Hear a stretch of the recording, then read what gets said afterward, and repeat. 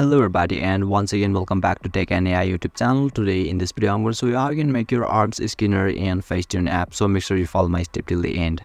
First thing first, I assume that you have already downloaded the FaceTune app and already logged in, and now once you open it you'll be able to see the interface or dashboard of the FaceTune apps on the screen, where you can see the plus icon at the bottom of this dashboard. Simply tap on that option.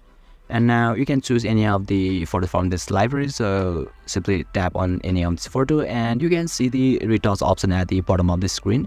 And in this retouch option you can see lots of sections over here, so simply select the reshape option, and now you can choose reshape or refine and you will be able to reshape your arms successfully. So basically this is how you can make your arms Skinnier in FaceTune app, and if you still encounter any issue during this process, feel free to leave a comment and I'll be happy to assist you. If you found this video helpful, please give it a thumbs up, and if you are new to this channel, make sure to hit the subscribe button and set the bell icon to on so that you can stay updated with our latest content. Thank you for watching and I'll see you next time.